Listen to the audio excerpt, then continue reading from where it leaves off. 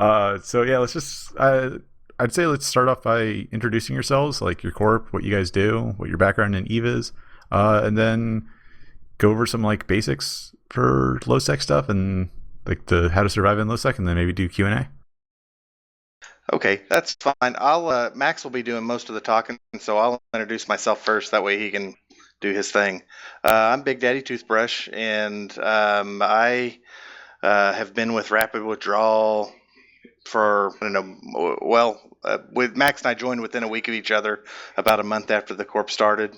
It was started by a guy who I've gamed with for more than a decade in various different games, and I was always a high sec guy in my first Eve iteration, and then I took a couple years break. And when I came back in 2011 or 12, joined up with Tech, and we have been doing low sec PvP ever since. Max, go ahead.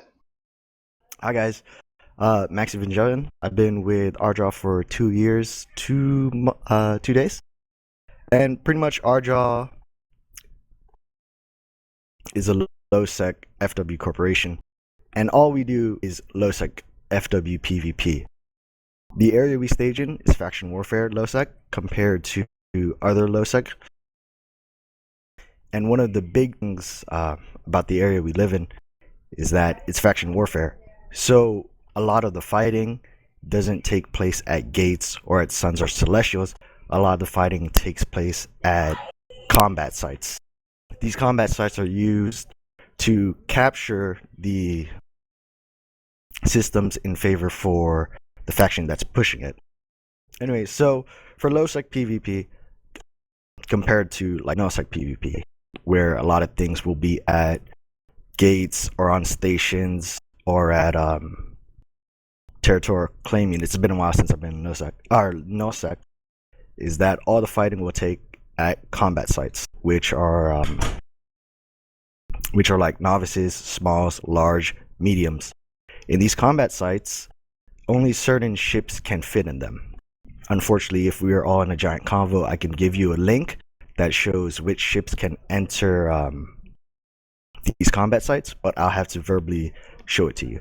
So a novice only allows frigates and pirate faction frigates inside these sites. A small allows destroyers, T2 frigates, and tier 3 destroyers, and ships that can enter novices. You could think of it as a giant pyramid with the novice at the top, then it goes to smalls, then mediums followed by, and then large.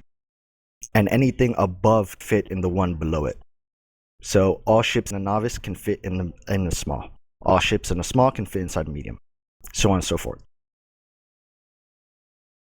I heard Horde was going to be staging on the northern side of the Galente Cal Mill war zone, which is fairly good. It'll be low sec FW PvP. One of the things is, I think that whole area is owned by Caldari, and that area is sort of, I believe it's sort of still on PvP.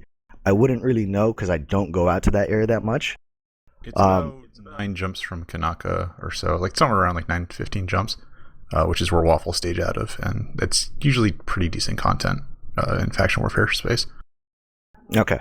Yeah, I remember. Because we don't participate in faction warfare, we're just going there for peace. Sorry, go ahead. Yeah, no, go ahead. Mm-hmm. Yeah, because I remember when I run up my FD missions, I always have to beware of Kanaka because every time I pass by, there's always a bunch of goons in system. Last time I flew by, all I saw was goons on station and a bunch of battleships shooting each other. And I was like, not gonna mess with that. But yeah, so they'll be sort of in a Caldari area right beside goons. On top of that, they'll be a couple jumps away from Ardra. If Horde's always looking for a fight with Ardra, we could schedule something, meet halfway. But one of the important things for Lowsec PvP, if you want to find fights, of course, is using your heat map, which hopefully every player in Eve knows how to use, which is pretty much open your map, top top hand corner left, you'll see there's geographic settings, and you want to sort by average players in space 30 minutes or ships blown up in the last hour. Another thing I want to point out is that I was talking about combat sites. These combat sites, a lot of people wouldn't know about them, is that these pop up on your probe scanner. And usually people who aren't accustomed to FW or Lowsec would just enter a system, descan around, and wouldn't really notice these on the overview. So if you have your probe scanner up, it'll show up. There's a novice, small, large. If it's not on your overview, it means it's not popped. So no one's there. But if it shows up on your overview, that means at least someone has been to that site to pop it and run it. And of course, one of the other important aspects of Lowsec PvP is using your directional scanner. Let me just undock from station real quick, so I have a visual on my directional scanner. So at least I know what I'm talking about, and not you can get just your face slapped off. Yeah, I know. So of course, in Lowsec PvP, using your directional scanner is pretty much really, really needed. It's very helpful. Hopefully, I'm pretty sure everyone in this channel knows how to use it. Of course, you can change the settings on your directional scanner for a pinpoint scan or a broad scan, referring to like 360, or if you're far away, you need to angle something down at 15. And of course, you could set the range. Max, tell basic for me, I guess the directional scanning is important mostly because it's the speed of finding the fight. Because a lot of times you'll see it, you know, when we're out looking for fights, you're looking, we might pop into a system and there are 6 or 8 complexes open. Somebody's gone through and popped every single one of them, but they're only running one of them. And so for us, being able to find, where the fight is quickly is helpful. There's nothing like if you send your scout in and the fleet's sitting waiting to come in for a fight, and having everybody sitting there sitting on their thumbs at the gate, getting bored. I guess that would be the utility for me behind getting your fastest directional scanners out and on the in the system, pinpointing the fight. One of the other things, FW Lowsec PvP wise, compared to Lowsec, is that depending where you're at, you can get tons of fights really, really fast. And the thing is, Lowsec FW PvP mainly is T1 frigate to T1 cruiser fights. The area Arjaw lives in, which is Sujirento, pretty much we undock in a frigate and you can get a fight within 30 seconds. But if you're in, let's say, what's a good ship? Like a Comet. Like a Comet. Comets are great ships. A lot of people will fight Comets. But one of the things is you gotta know how your ship works. For instance, there's 2 types of Comets. You can have a Brawl Comet or you can have a Kite Comet. And you can go deeper in that. You can go Brawl Rails Comet or you can go Brawl Blaster Comet. And Kite variant is really Rails only. But one of the important things is you know how your ship works. So for instance, you're a Brawl AB Comet and a Kestrel lands on you. That Kestrel can either be like Kite or it can be anti-Brawl. Saw someone ping up. Do they have a question? Okay, I guess not. But one of the things is that sometimes being in a nice ship can also hinder you. Trust me, I've been in a couple pirate faction ships such as Dramiels or Daredevils or Succubus, and I've gone around trying to get fights against other T1 frigs or Desis site. They either cloak up or just warp off. So you're going to be going around looking for a fight. You don't want to be overly dressed, but you don't want to be underdressed for your date. Because obviously, if you're roaming around in a T1 frigate trying to get fights and there's a Daredevil and you're like, I'll take it, higher chances is that Daredevil may win just because of the bonuses that ship gets. Because Daredevil's so goddamn strong. Sure. Let's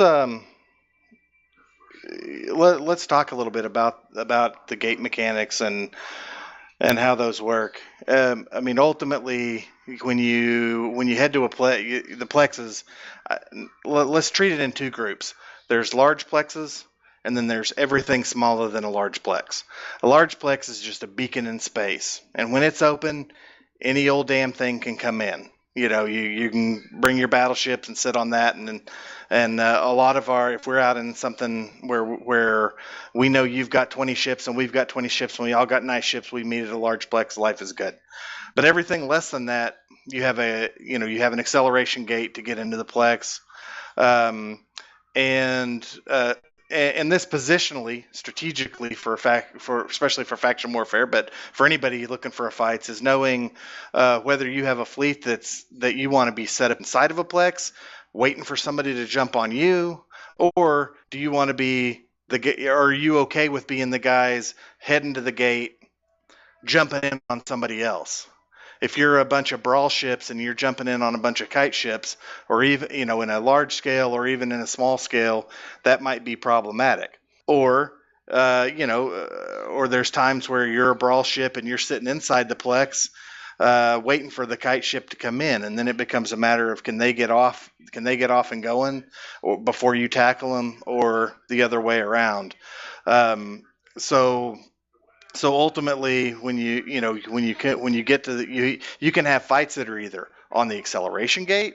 Again, anybody can warp to the acceleration gate, or you can have fights that are inside, and it's just a matter of strategically picking out which one is best for the type of fleet that you're running.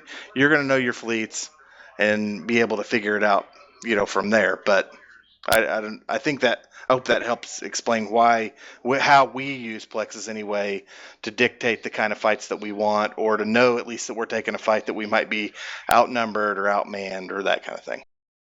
I think this might actually work a little bit better with, as a Q&A. Do you guys have other questions? Because I don't know. I mean, are we covering things that you wanted to get out of this? If we don't want to waste your time, and so does that help? Can somebody help me out there? Here we go. To elaborate on the Plex mechanics, I just sent a link to Ravens here. So if you could just post that in Alliance chat or wherever anyone in this lecture can see that. You can just post it in the Mumble. Probably. There's a little chat window. Oh, okay. Cool. Yeah. I know how Mumble works. There we go. Some means Nick Buffer, so. Okay. Yeah, I know how Mumble works. No, I'm just joking. Anyways, so I linked that in Mumble. If you guys take a look at that. So there's 4 different types of complexes. Like I was explaining earlier, don't mind any of the numbers on the right. Since you guys are neutral, that doesn't really concern you. So a novice can really only hold T1 frigates and faction frigates, and then a small can hold destroyers and T2 above. And then a medium, so on and so forth. I'm sure you guys can understand it's pretty self-explanatory.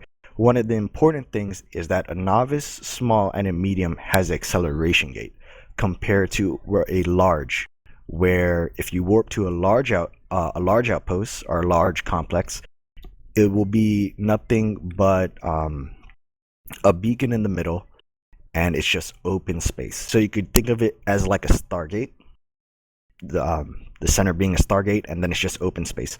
One of the important things is that if you warp to these complex sites, like say you warp to a novice and you're on the acceleration gate to the novice, and a fight erupts on the outside, and you have allies that are about 200 km off, you cannot warp to these allies. And that is applicable to all of these 4 types of complexes. It's so if a friendly is 150 off or a wreck is 150 off, and you try and warp to it, you're gonna your warp drive won't be able to initiate. And that's just a mechanic due to these due to FW things. That I think that is really important, Max. In that, we had one time a guy, we were fighting about 50 off of a large plex or 100 off of a large plex, and a guy and the enemies were sitting on the button of the plex, and we had a guy who tried to instead of warping to 100, which would have put him 100 off the button, he warped to somebody he warped to Max or somebody else, and it dropped him right in the middle of everybody else. I think he got his vagabond blapped off.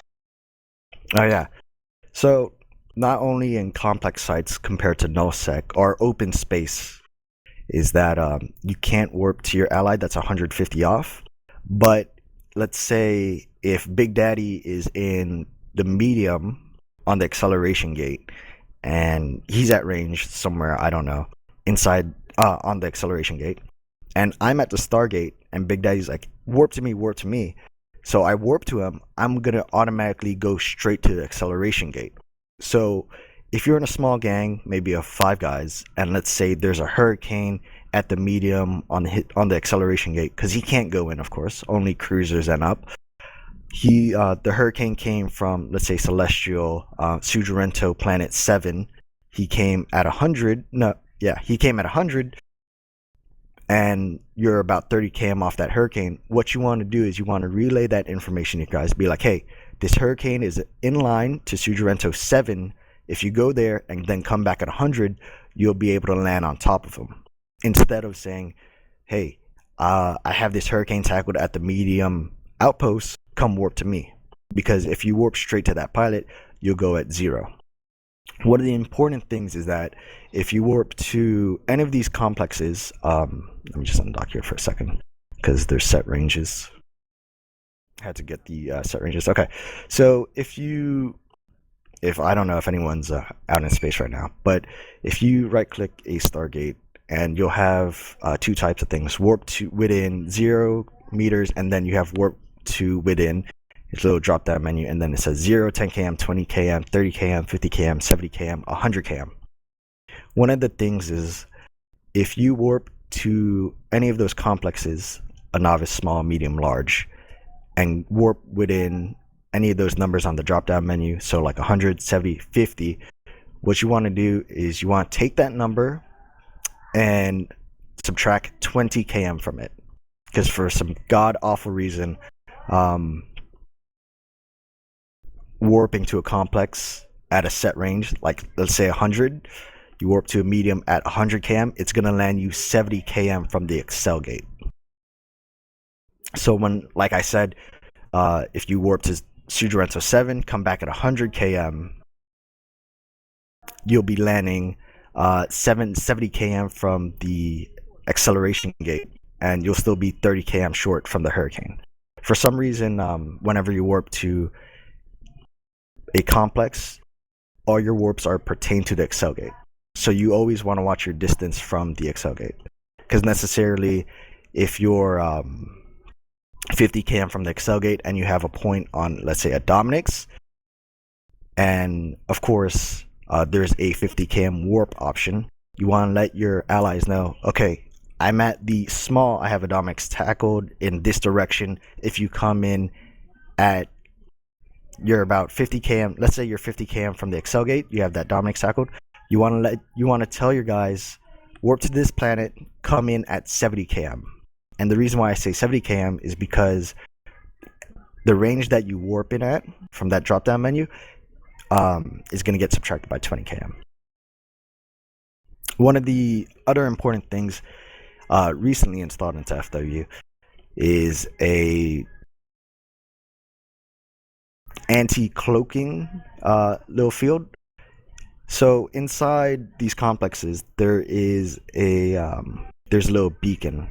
There's a warp-in, and then about 10 km off the warp-in, there's a little beacon. And that has the name of the actual site in it. So you'll see it'll be called, for instance, if you warp in a small outpost, it'll be called small outpost, etc., etc., etc.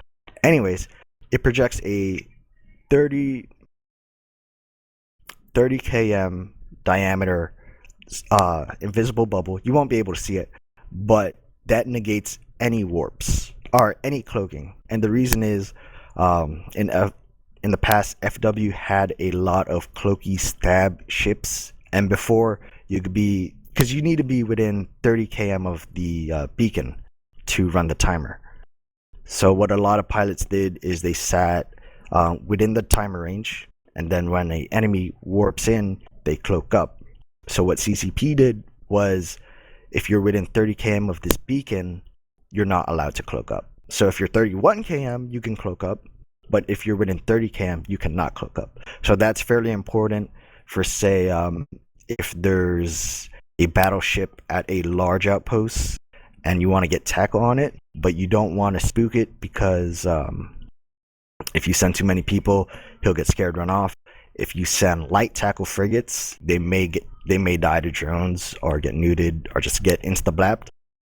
And he's sitting at the button at 0, the beacon at 0. It'll be hard for you to get a cloaky ship because there's that 30 km diameter around the beacon that prevents you from entering with a cloak ship. Trying to think of any information else that I can cover. Is there any other questions? Yeah, if you guys have questions, speak up, like whenever. Yeah, I have some. Since we are new refocus and stuff like that, we don't have that many people with high skill points. So I'm trying to put together some kind of composition of 3 to 5 man gangs of T1 frigates. What would you suggest we use? Low skill points, easy to train, and cheap. I know Max can answer this one. If he doesn't, I will. Some ship composition wise?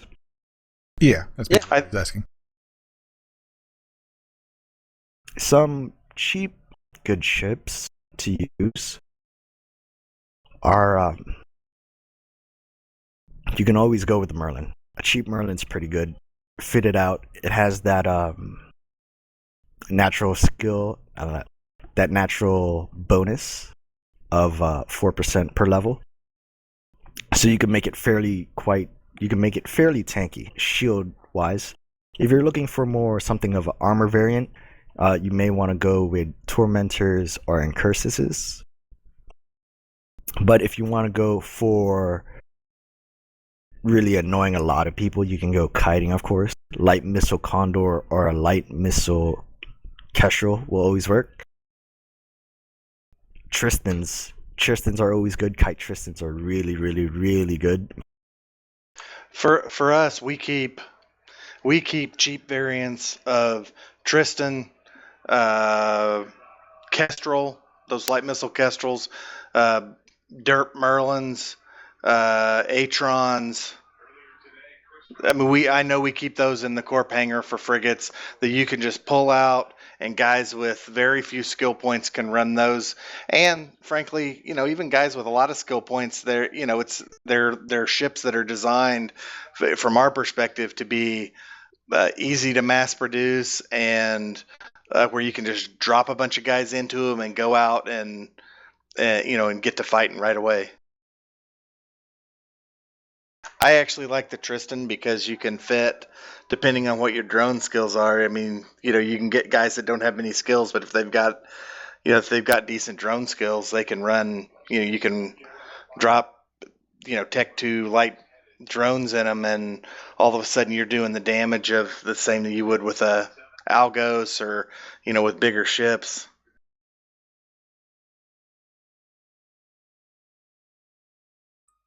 All right, that's nice to know. The good thing is we actually have some of them as corporate fittings and stuff like that. Another one is how do you? We've been trying to go out on some small rooms, small gangs, like 4 or 5 people. How many do you think is a good number to get fights and not scare people away? Well, Max can tune in here if he wants, but my experience has been, if you've got small with 4 or 5 guys, you can just come into a system and look for the fights, and let the fights come. Let the fights come to you. If you've got more than 5 guys, I like to have somebody who's trying to get folks engaged before I just jump everybody in. So it's so you run back into that waiting on a gate a little bit. And letting somebody, if hey, we got guys in here, they're either going to find that you've got 5 guys in there waiting to fight, and then you can jump in a couple to keep them interested until you get them engaged, and then, jump the rest of the fleet in. I don't know if that answered the question, but. It does. It does. We've been trying the same thing, sending in tackle and then jumping in the fleet afterwards and stuff like that.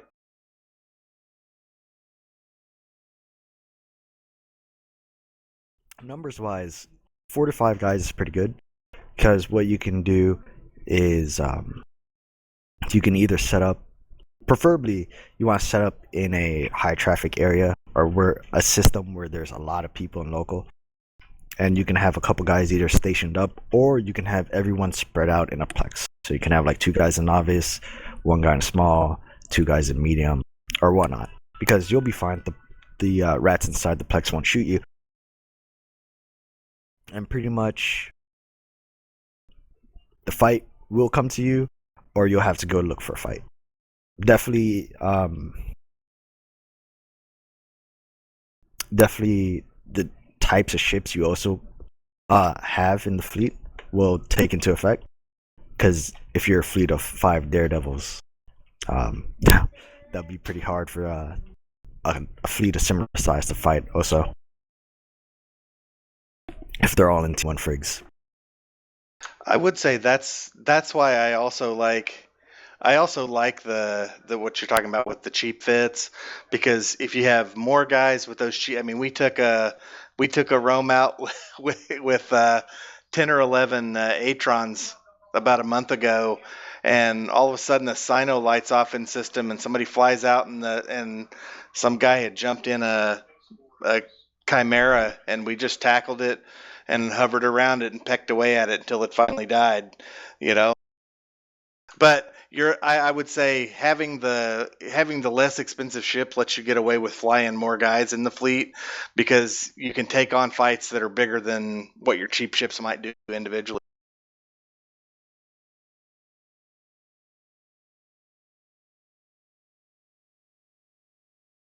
Yeah, that sounds decently. Just a quick one. In the beginning, you were talking about heat maps, and everybody should know how to use that. Is that the in-game map, or where do you find it? Oh yes, that's the in-game map. So if you go to your Neocom menu and you just, for instance, I'm just going to use the regular map. If you go to the Neocom menu and then select map, or you can go hit F10 to bring up the map. You go to star map, and then at the bottom of all the little folders, there's one called statistics, and there you can select various types of statistics. So you can, for instance, hit average amount of pilots in space, or you can hit the ships destroyed in the last hour. And this tells you, it'll give you a rough information on where activity is in Lowsec wise. So for instance, right now I'm looking at ships destroyed in the last hour, and in Tama I see there's 38 ships destroyed in the last hour. So like, hey, there's a lot of fights in that area. To the north, it's looking fairly decent. 7 ships destroyed in the Marto last hour, so that's too bad. And one jump away, there's 6 ships destroyed in Kajiri.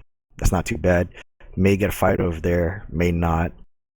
Mauckland has 21 ships destroyed in the last hour. And if the longer you stay in Lowsec, the FWIs, you'll see areas where you'll know just by looking on the map that area is cold. You know it's going to be cold because that area, there's not a lot of people there. But if you see, for instance, like Mauckland mode, it has 21 ships destroyed in the last hour. That's kind of unusual. because that area is usually cold on the map. But areas like Tama, like I said, where it has 38 ships destroyed in the last hour, that's kind of usual because there's a lot of PvP activity that happens over there. Let's see, where else? So did you get that figured out? Are you seeing the heat map now? Yeah, I am. Okay, great. I'm just admiring Burn Amar. Oh yeah. I was like, what's going on down there? I'm like, oh, Amar Hermworld, of course. So this is actually just you jump in here and find out where the fights are and go find them. Yep. Nice. That we used to, there's two ways to do it. You can either hop in a fleet and go try and find the fights, or you you try and make enough of a stink in one system where the fleets that are out come to find you. And we've had it happen both ways. I mean, we've had times where you set up a gate camp and kill enough guys coming through somewhere that the fleets that are roaming are like, okay, what's going on over there? Why is it so red? Also, a little trash talk in local, if your corp permits it, always is a good way to entice a fight. For instance, one of our guys likes to fly comets a lot, and there is a Garmon acceleration gate. And next thing you know, our pilot types one word out in local. He says, pussy. Next thing you know, our pilot is linking Garmer Killing Corporation. So agitating pilots into a fight is also a way to go.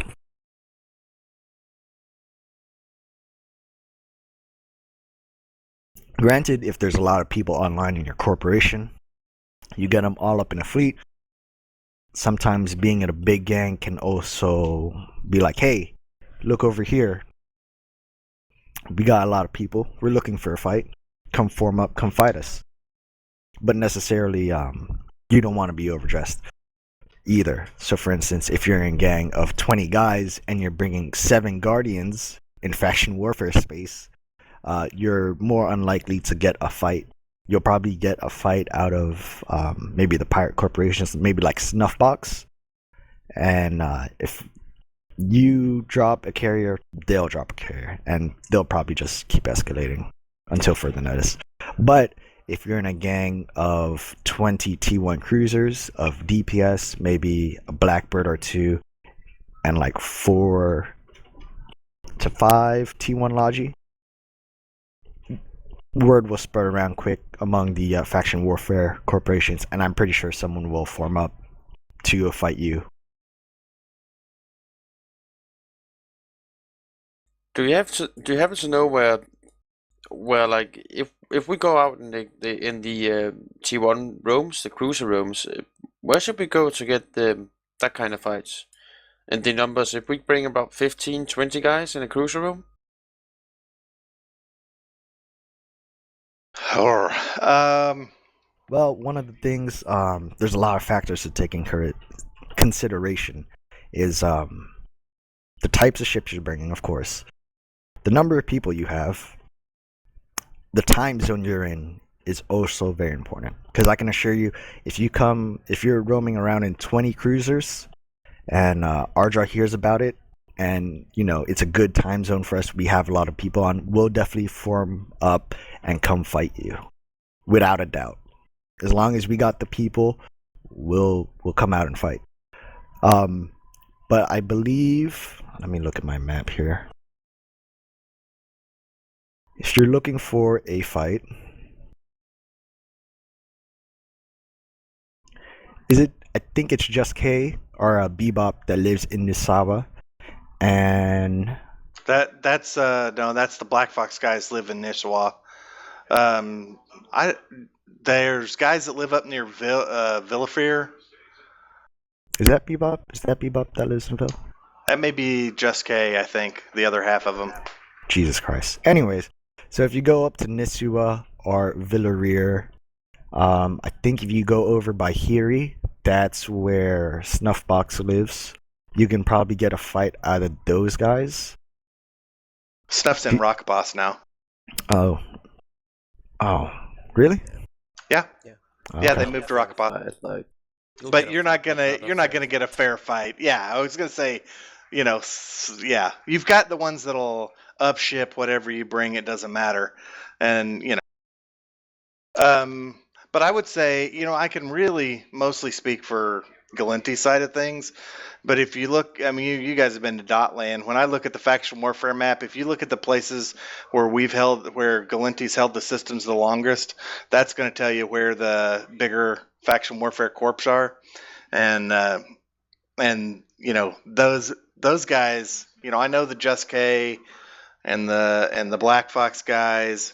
Aderon lives down in Fleet, south of us, and they'll fight on nights of the week where they only run fleets a couple nights a week, but when they're running them, they'll form up to fight a fleet that size.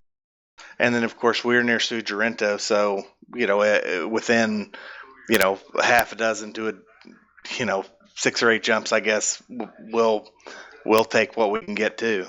Yeah, so looks like around Villarreal, Nisawa, Sujarento, that's where some of the Gal Mill corporations live at. So if you want to get a fight, you may have a chance getting it there. Definitely Sujarento. Arjar will definitely come fight you. As far as the Kaldari side of the world, the Helgen guys are probably closer to you than anybody else. if you go to Kajari, like, yeah, you're probably going to find some Bebo guys around, so they're pretty happy to fight you. You can also check like Tama Oldman Stars, who are usual destinations we use like for roaming around. Yeah, if you run down to Old Man Star, the Soul Takers will take up the call. But again, to me, they're guys who are always, they live there. They're always going to up ship and out ship.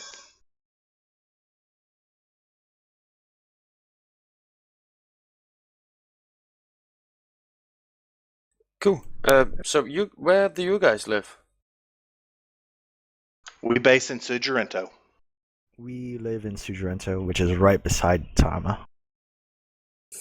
Brave. Well, we have one side on.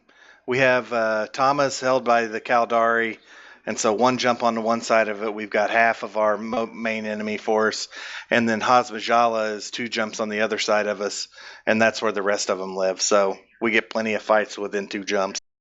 Yeah, pretty much we're sandwiched in between we're sandwiched between a Kaldari corporation and a Cal Mill alliance. On top of that, where the Kaldari corporation lives, there's also pirate locals that live there. So pretty much for our guys, all we have to do is undock and you can get a fight within 20 seconds, or you can go about 1 to 2 jumps and you can get a fight.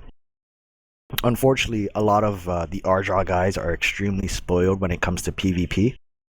So we only have to go maybe like a maximum 3 jumps out to get PvP content.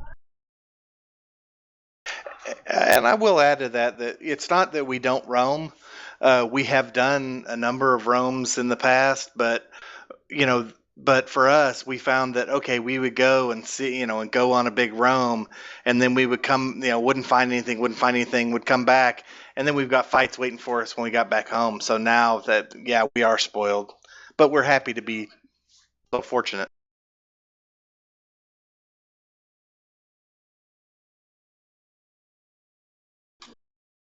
That's nice to know. I'm probably gonna come knock on your door and teach you to a fight. That's fine. That works. Our guys love to fight. I mean, I think this month we have like over 4,000 kills. So all we do is fight. If you want to fight, definitely come by Sujarento.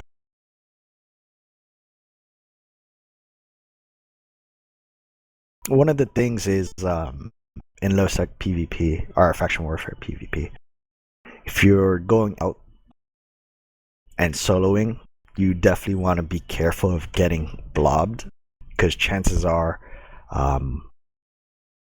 fights will never be like a 1-to-1. it's always going to be like a 1 versus 2 or a 1 versus 20. So if you're going out for solo PvP, you may want to be careful and try not to get blobbed. It's kind of hard when you're in a brawler ship because that means you have to go in 100% commitment. But if you're in a kite ship, you can sort of stay at range, and then once you see a lot of things on your D-scan, you can always jet out. One of the important things, I forgot to mention, is that the CCP did change combat recons. So for instance, and by change I mean they made it so some of the combat recons are D-scan immune, and we all know D-scan is a god tool that saves everyone. But anyways, one of the important things is a force recon ship can enter a medium complex. And say you're in local, there's 3 guys there, you, 2 other guys, and you see one guy is in faction warfare and the other guy's non-affiliated with anyone.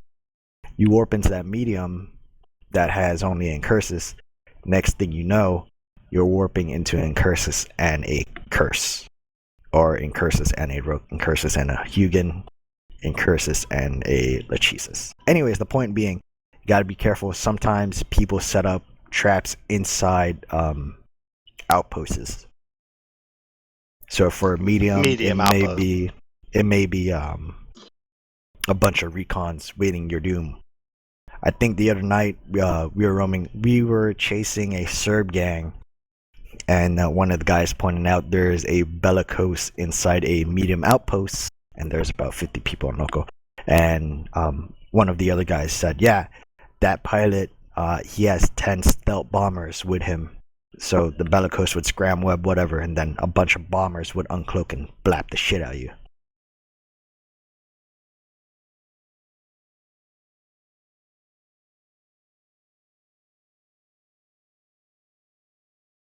So other questions, other things that we haven't covered that you think we need to?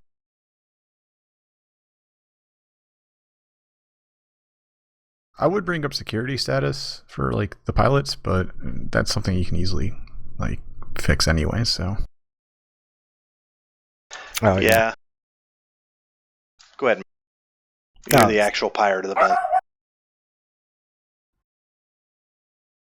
So actually, I guess a good question is, how do you go about managing your character system security status, or whatever the fucking name is called? But how do you go about managing that while doing all the PvP stuff that you want to do in Lowsec?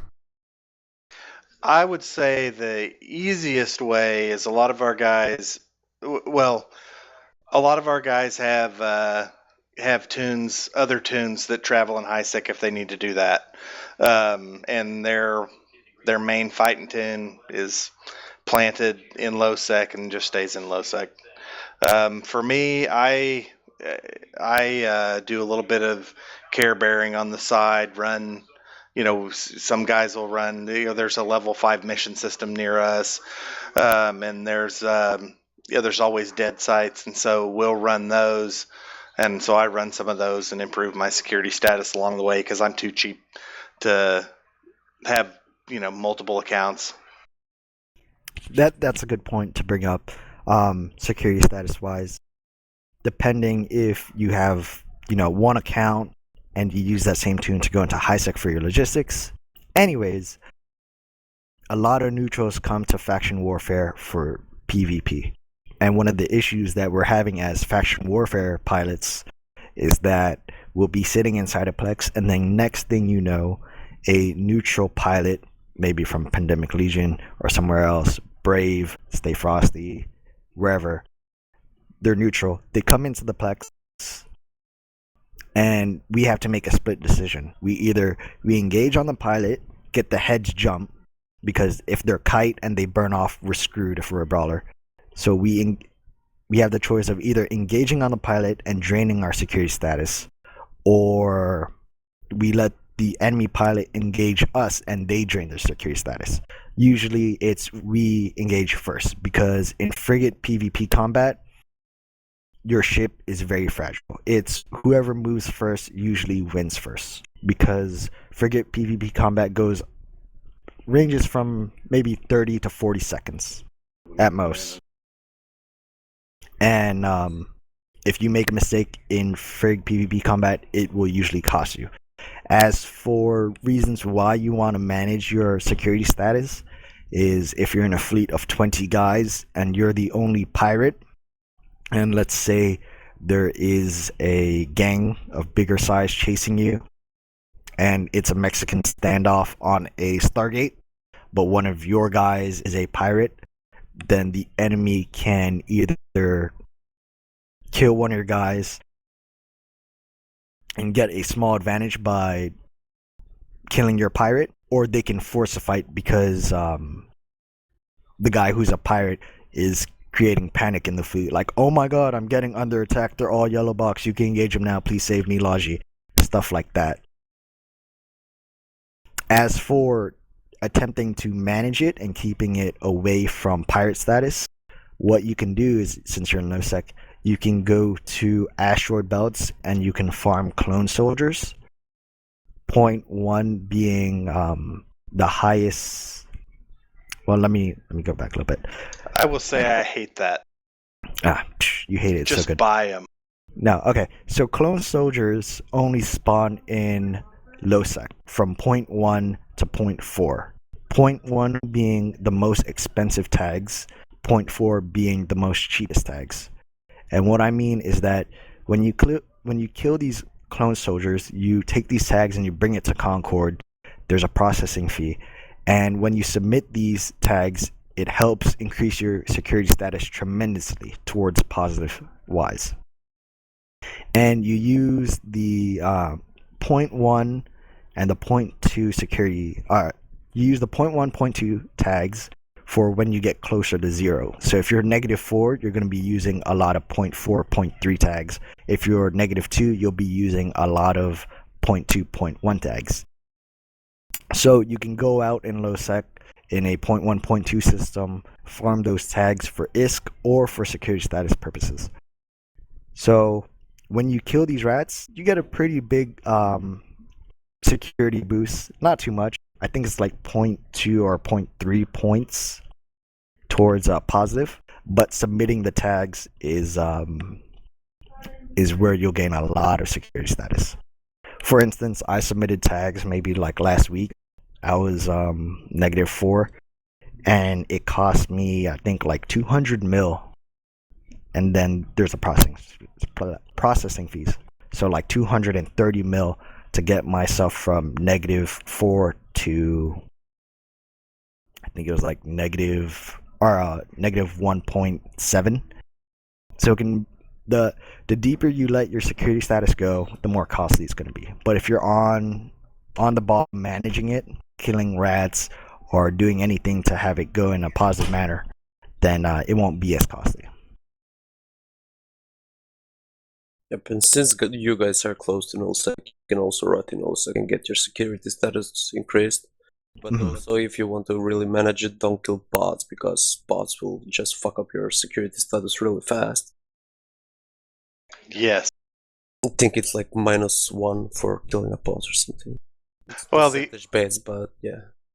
You know, the other thing, if you kill neutral pods here in Lowsec, you'll end up with the kill rights. And I've had a number of times where we're sitting on the gate and somebody's got a kill right that active on them, and we'll activate that to engage the fight. And then it turns all of those guys have to make the choice: do they want to attack us and take gate guns, or do they want to sacrifice their one buddy who had a kill right on him because he popped a neutral pod? Oh yeah, that's one thing to look out for compared to Nullsec. Engaging a neutral, or, well, first of all, in Nullsec, if you engage a neutral freely, you won't take any security standing hits. But in Lowsec, if you engage a neutral, you'll take security standing hits, and it'll go down towards -10. The thing is, as long as your security status doesn't breach -5 or lower, you are not engageable on stargates or stations. And that will cause let's say you're -4.8, well, you're not considered a pirate yet. So if a neutral engages you, they'll receive 8 guns. But let's say you're negative 5.1, a neutral has the right to freely engage you because you are now a pirate. So you really don't want to let your security standings drop past negative 5. Another thing is, like Tu was saying, if you engage a neutral pod, that's going to be a huge security standing hit. You'll probably, let's say you're negative 1, you'll probably drop down to like negative 2.7 or some bullshit like that because it sucks.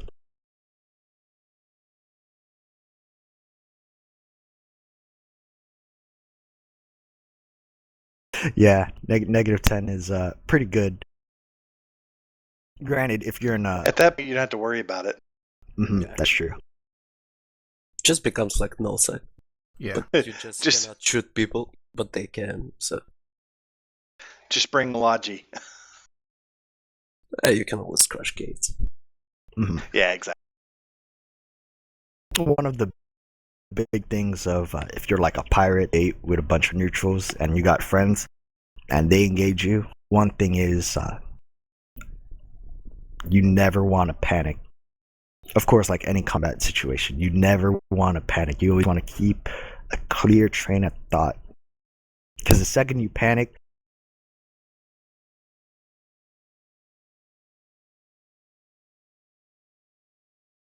Did Mumble just die? the second you'll start making... Just from here. I think it's just Max.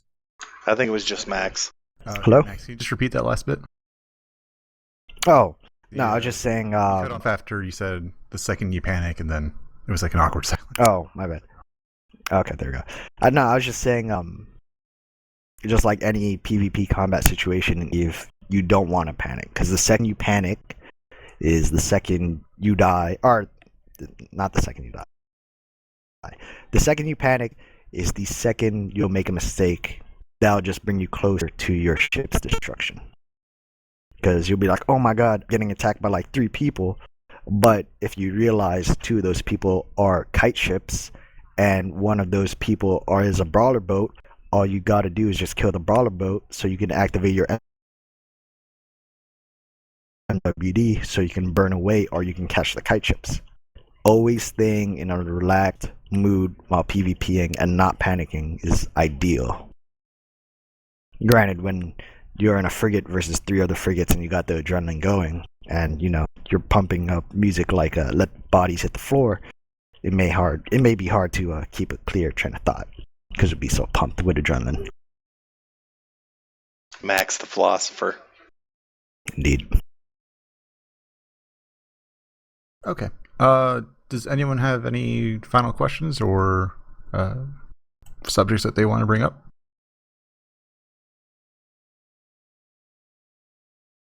Okay. Doesn't seem like it. Max and Big Daddy, thank you for stopping by. You guys are in Rapid Withdrawal, if I remember correctly, because you only said that like once or twice. Anyway. Yes. And thank you very much for stopping by. There's going to be a VOD that's coming out of this like later today or tomorrow, so we'll put that out on Twitter and stuff on our Horde YouTube channel.